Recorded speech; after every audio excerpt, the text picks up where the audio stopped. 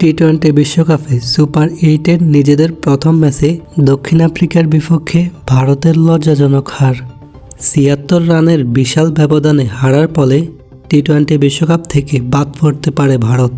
ভারতের বাকি দুই ম্যাচ, এই দুই ম্যাচে দুইটাতেই জিতলেও ভারতকে তাকিয়ে থাকতে হবে নেট রান রেটের দিকে। ভারত তাদের পরবর্তী দুই ম্যাচ খেলবে ওয়েস্ট ইন্ডিজ এবং জিম্বাবুয়ের বিপক্ষে। এই দুই ম্যাচের যে কোনো এক ম্যাচ হারলেই ভারত ছিটকে যাবে বিশ্বকাপ থেকে, আর নিজেদের ঘরের মাঠে সেমিফাইনালও খেলতে পারবে না ভারত।